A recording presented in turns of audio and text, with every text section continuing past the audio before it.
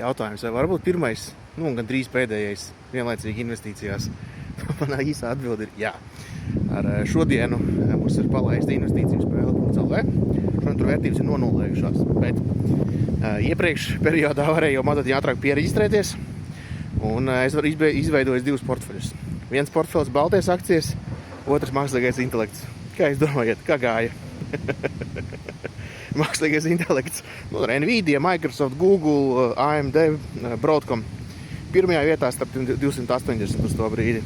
Kā gāja Baltijai? Kāds 230, starp 280, 250, 260. Un akcijas izvēlētas starp top picks. Jeb tādām, kuras tur kā lēti novērtētas, sauks dividendu ienesīgumu. Kaut kā tā kā vienlaicīgi var tā būt, jā.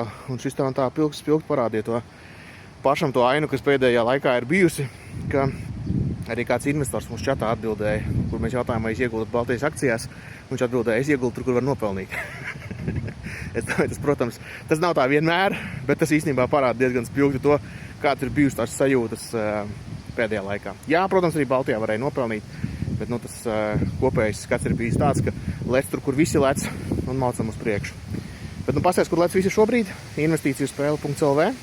No šodienas pilnā spēle notiekās, reģistrējamies un tiekamies spēlē.